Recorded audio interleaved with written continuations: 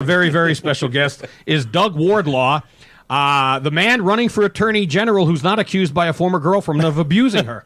Nope. So now, Doug, I jump in with that because I didn't see it, but I've certainly seen all the reports. How much did that issue dominate your debate with him? And I think it should have, quite frankly, because I think it goes to the character of a man. It does. We talked about it quite a bit. It didn't dominate the entire debate because there are a lot of different things to talk about with respect to the Attorney General's office and with Keith Ellison. I mean, his support for cop killers in the past being one significant thing. But the abuse allegations certainly was a big part of the debate.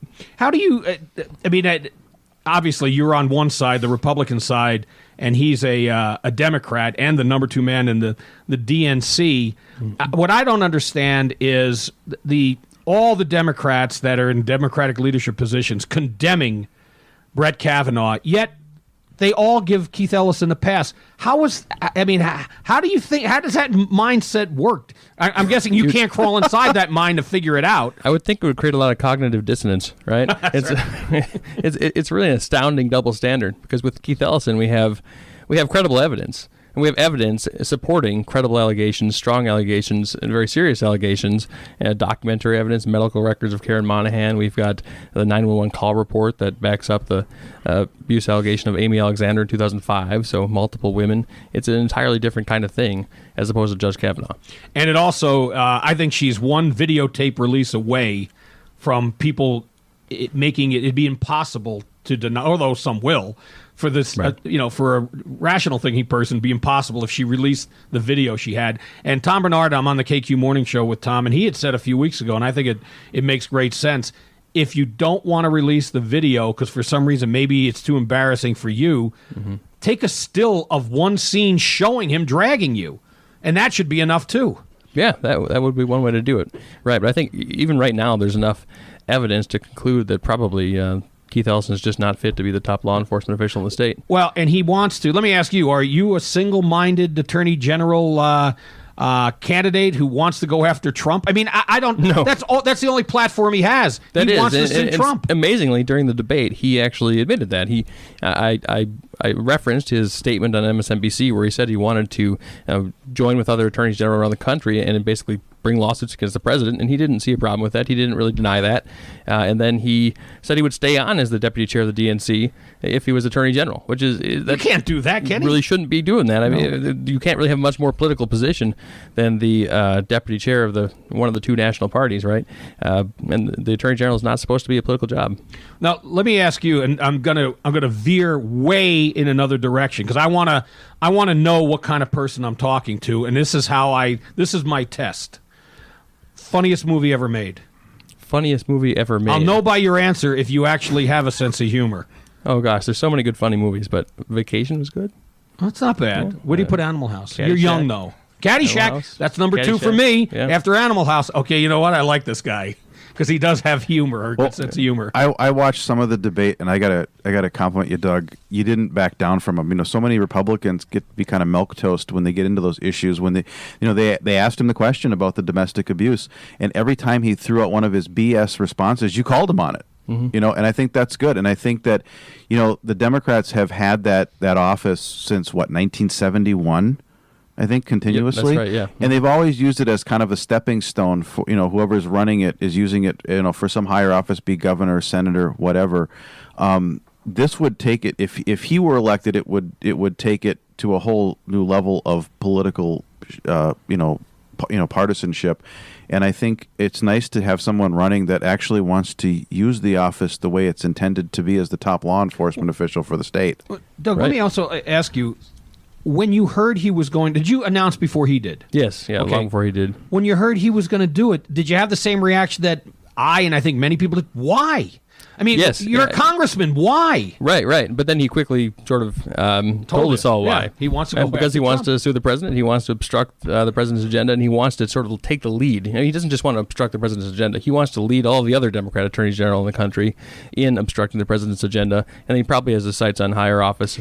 But that's what he wants to do. He wants to thoroughly politicize the office. Now, he obviously has there's parts of the state that will overwhelmingly support him, his district for one, but when he announced, my thought was, how does he sell in outstate Minnesota where these are DFL hardworking DFL Democrats who are not radical? We're not he far isn't left. selling there. I mean, No, but my right. point is, but how did he? Where in his mind did it say you're gonna sell? I mean, you're quite honestly, Doug. I think the biggest issue that you've had is that people know your name because they're going to be looking for the opponent, but they have to know who to look for. And your name is getting out more and more, and I certainly hope it continues because. I mean, it's I've never declared as a Democrat or Republican, and I've said before I voted for Wellstone twice, not because I believed in what he believed in, but what I felt he believed in the views that he shared and espoused, and I respect that if people truly believe. And I've been saying for months that I'm going to vote for Republican Senate candidate Karen Housley, and I'm going to vote for Amy Klobuchar. But I got to be honest, I'm rethinking Amy Klobuchar because I don't think she sincerely believes that Kavanaugh. I hope she doesn't. That on this, she was a prosecutor. This flimsy bit of evidence is certainly not enough to say that he should resign. And I'm also disappointed in Amy Klobuchar for not condemning with the same sort of vitriol and adamancy of Keith Ellison. And that really is a disappointment to me. Yes, same goes for Tina Smith and for Tim Walz, and none of them are really distancing themselves from Keith Ellison. It is very troubling, given Keith Ellison, the allegations and the evidence against him, and then all of the other things, his associations with Louis Farrakhan, his support for cop killers, and kind of go down the list. He's a very troubling figure, and to contemplate him as Attorney General of the state of Minnesota is, extremely troubling. Oh, absolutely. Now, let me ask you this. You mentioned Tina Smith. She never really had me as someone I would vote for her, but where she absolutely lost me was her commercial where she's on the farm. How much thought went into her and her staff? Make sure you wear blue jeans that have a cut, that they have a rip in them. Now, do you do an ad where you have a rip in your blue Somebody jeans? probably ripped the jeans for her. I try to just be myself, right? I didn't know if you maybe ripped a pair of blue jeans to look more folksy and not down on the farm. Keith Ellison, Tina, they're not going to play well in greater Minnesota, especially up around the Iron Range. People there are down-to-earth folks that are working hard, right? Democrat or Republican. And Keith Ellison stands for a radical environmental agenda. He doesn't support mining. He refused to wear I support mining sticker in a recent parade. He wouldn't do that? He wouldn't do that, which is terrible. On the other hand, I've worked for Bob Lighthizer, who's now the U.S. Trade Representative, done a lot of work fighting unfairly dumped and subsidized imports of steel from China. Helped save thousands of jobs in the steel industry and on the Iron Range. That it's critical, absolutely critical, that we have a fair process in terms of mining permits. It shouldn't take 16 years for PolyMet to get a permit. These are simple things. Keith Ellison is going to be on the wrong side of all those issues. Well, we're going to talk to you again. We have another full segment we'll do with you because I want to find out. I mean, I launched right into the stuff about Ellison, but I want to find out more about you. I mean, you look like you're 15, 16? Or 40. 40? Oh, I would never guess that. I would have actually guessed late 20s, early 30s. Boy, you've got good genetics working there.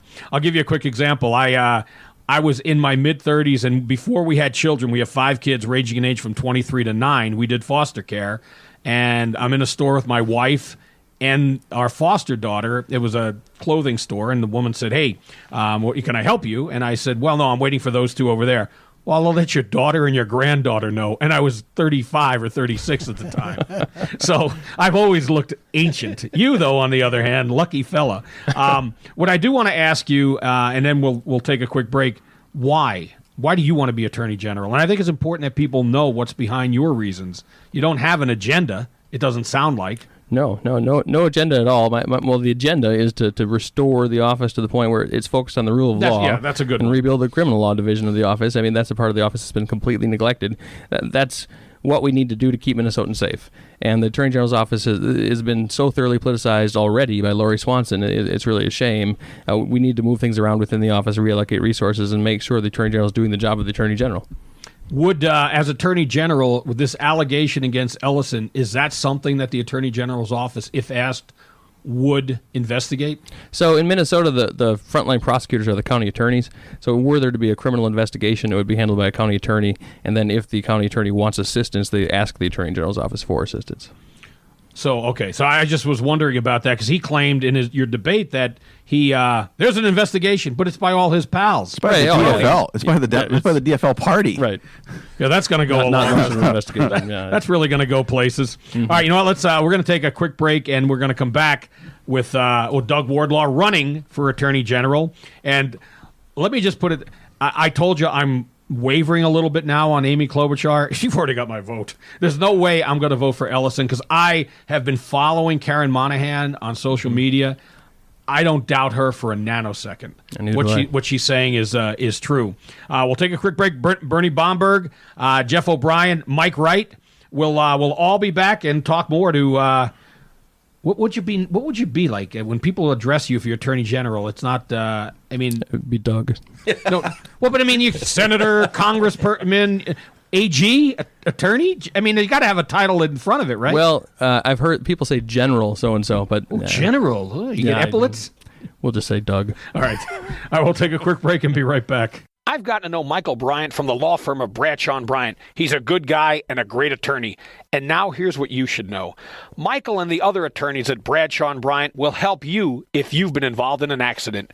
Bradshaw & Bryant will make sure you know your rights. Many insurance companies don't want you to get an attorney, and that's the best reason to get an attorney. And if you need one, you need to talk with Bradshaw & Bryant. They deal with the insurance companies. They settle things for you. There are no out-of-pocket expenses. They don't get paid unless you do. The attorneys representing you at Bradshaw & Bryant know what to do because they've done it before many, many times. At Bradshaw & Bryant, they believe in justice for the injured. It's more than just a slogan to them. Bradshaw & Bryant will use every legal tool at their disposal to protect your rights, be an advocate for you, and see that you're treated fairly. So if you need an attorney, give Bradshaw & Bryant a call at 800-770-7008. That's 800-770-7008. Or visit their website at minnesotapersonalinjury.com. That's minnesotapersonalinjury.com. They're the attorneys to contact when you need help. They're the attorneys who will give you the help you need. Smart Start MN Ignition Interlock System knows getting a DUI can be a difficult time in your life. Besides the stigma and embarrassment of having a DUI, you have to worry about the possibility of losing your driving privileges. If that happens, you need to have a Smart Start Ignition Interlock System installed in your vehicle. The Smart Start Ignition Interlock System prevents a vehicle from operating if you've been drinking. With a Smart Start system installed in your vehicle, the state has to restore your driving privileges. Smart Start now is offering to come to your home or business to install its ignition interlock system. Smart Start has been available for nearly a decade, and it is the only locally owned and operated ignition interlock company approved in Minnesota. Smart Start has been involved in the crafting of Minnesota's ignition interlock program, and Smart Start representatives give seminars throughout Minnesota to clients, lawyers, and legislators. The people at Smart Start know it's a difficult time when you get a DUI.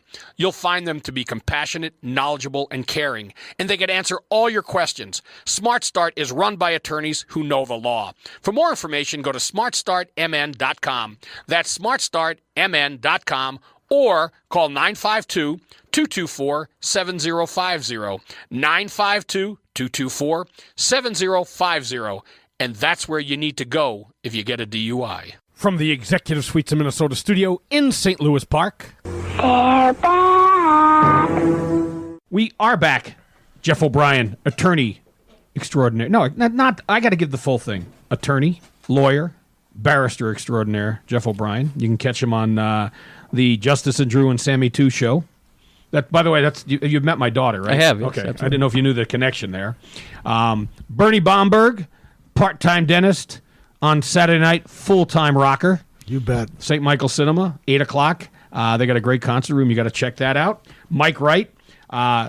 We'll give you mortgage guy extraordinaire. Fairway Independent Mortgage in Edina. Check him out. And thank you, Jeff, for correcting it. Doug Wardlow. Wardlow, that's right. How do you get Wardlow out of Ward Law? So it makes sense to say this. Jeff points too. You're going to be the top lawman. Why don't you change it? Like, did you know? Ward Law, right. Well, it was Ward Law like 300 years ago, and they changed it. Did you know that Joe Theismann was actually Joe Theismann? I did not. In high school? They changed it at Notre Dame, Theismann, to rhyme with Heisman. Huh. I think Wardlow should become Ward Law because you want to be the top lawman. We can go with that. I think you should because it's easier for people to remember. Yeah. You know, it's we had on the guy running for Wright County Sheriff. Well, Sean Derringer, which is an easier name, but Mike, he says it's spelled Kaczmarek. How would you pronounce that, Mr. Wardlow? Law. I'm not sure. Well, I would say Kaczmarek, but he goes with Ketchmark. So I guess it's just how you do it. So my name is Sansevere. It's Bob Smith. That's how I pronounce it. Now, we wanted to learn a little bit more about you, and we learned that you're 40.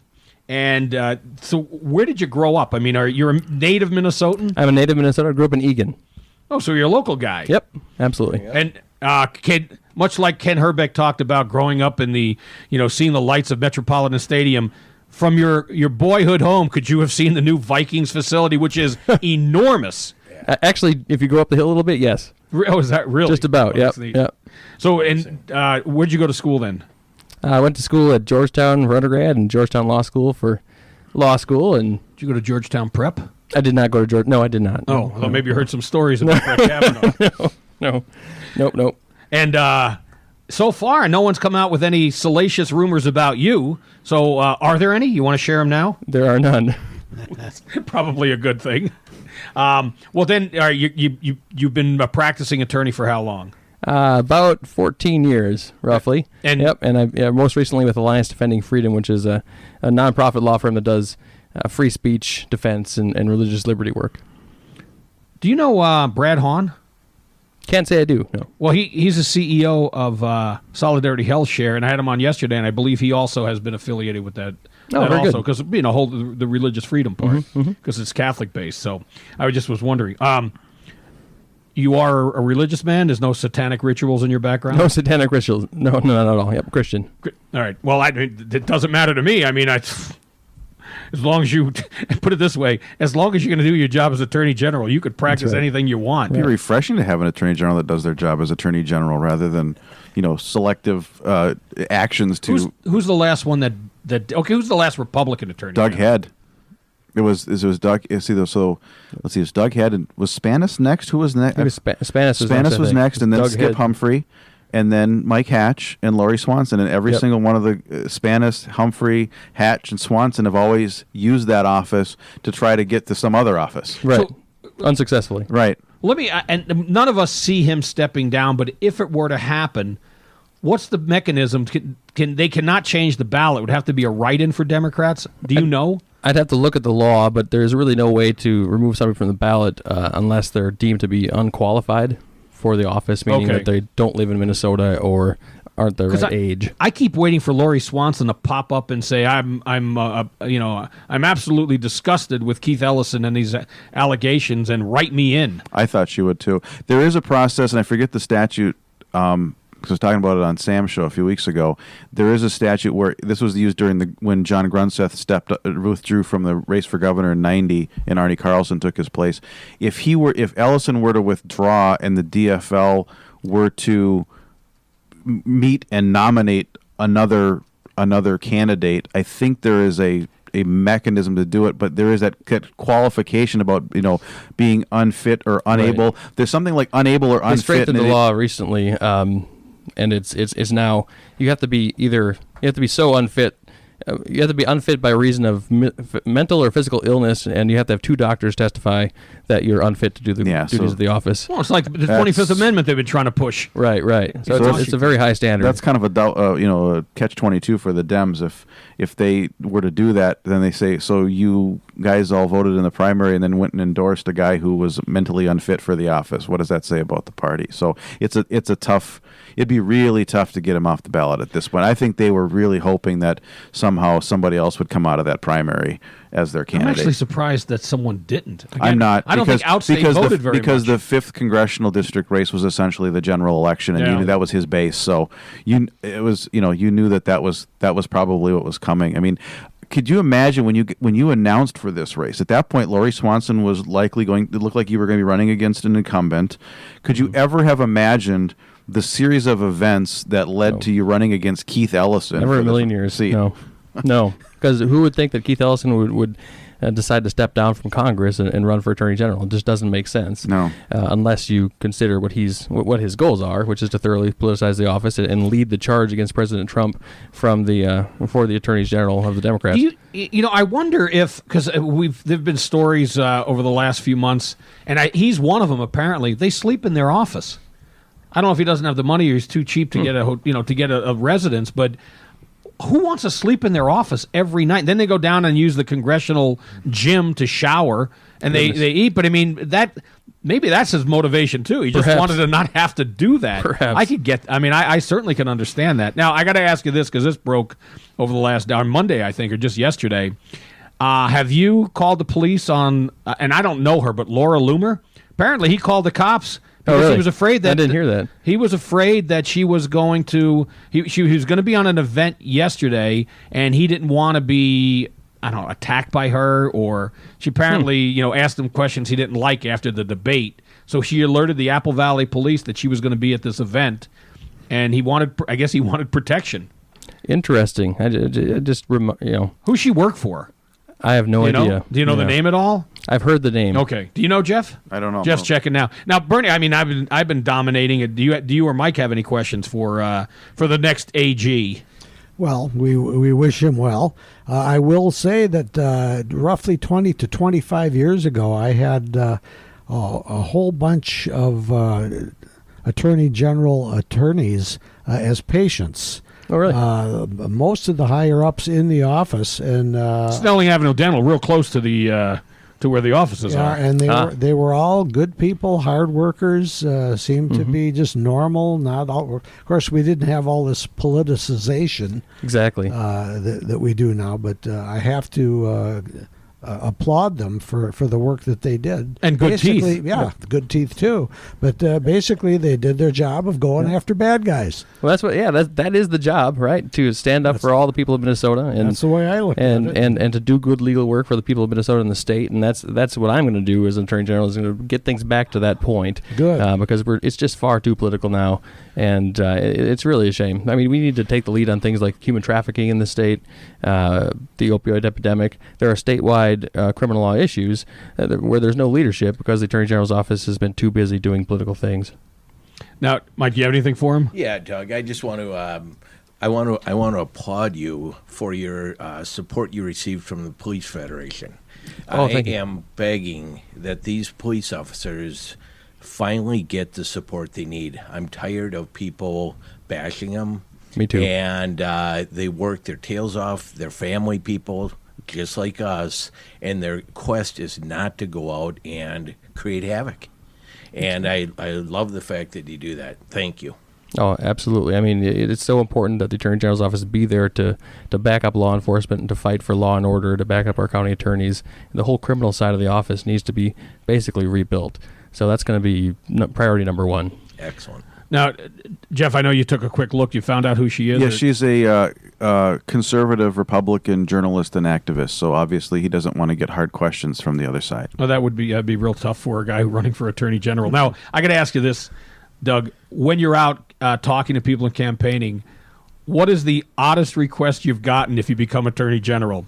Anyone want you to help fix parking tickets or change The oddest leash laws? request I've gotten has got to be a person that asked me to just deal with tailgating. Too much tailgating going on. Not sure what I could do about that, but I'll take it under advisement. What do you say to me when they say, "Oh, thank you for that"? I mean, you got to be gracious. be gracious. Always be gracious. No, Right? tailgating That's it, yeah. I could see how it could be a problem. Exactly. But it's I tell you what, I don't. The two things I don't envy in your part is it'd be great if you could become Attorney General, but to go through this of the debate. Now, is there another debate scheduled? We're looking at doing a debate on KSTP. Still waiting to hear whether the Ellison campaign agrees to it. Have you reached out, or your campaign, to Karen Monahan to invite her to the next debate, like Trump did, inviting the women? Haven't done that, no. Haven't done anything like that. Might be something to think about. I actually reached out to her to join the show on Facebook, but I haven't heard back. But I'm not going to stop doing that because I happen to believe her, and I just think that she's very credible. And I believed her before she put out those notes from the from her hospital visit. So she's, and I do think that she will release. I think that video's coming out. I think it is too. I feel for her that, I mean, here's somebody that has legitimate claims and allegations. She has documents, to back it up, but because she doesn't fit the political narrative of his party, they aren't supporting her. And in fact, I've heard that the DFL chair has been telling groups to not support her organizations that she's involved with. Is that right? Yeah, they're trying to retaliate against her for even talking about this. Yep, she's been saying that, and I think it's probably true. The DFL and National Democrats have been putting some pressure on her.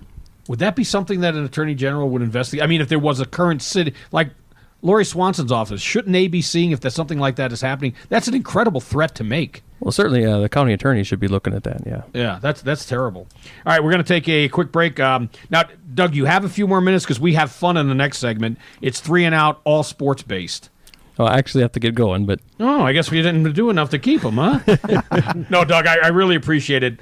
Doug Wardlaw until the election, because I do think you should do the Theismann-Thiesman thing and go with Wardlaw. Take it under advisement. Top lawman. Take it under advisement. Oh, zing. I had that coming. All right. Thank you so much. The future Attorney General of Minnesota. We'll go with that because, again, I just don't see how he could play an outstate. No, I don't think so. And I do think there's going to be huge numbers of voters. I think there's going to be a lot of women voters in the suburbs, particularly as this story now is more, as the press is finally devoting some attention to these allegations that are saying I don't want him as my top law enforcement officer. Right. Well, thank you again for taking the time. We'll take a quick break and be right back with 3 and Out. This is Bob. And when my wife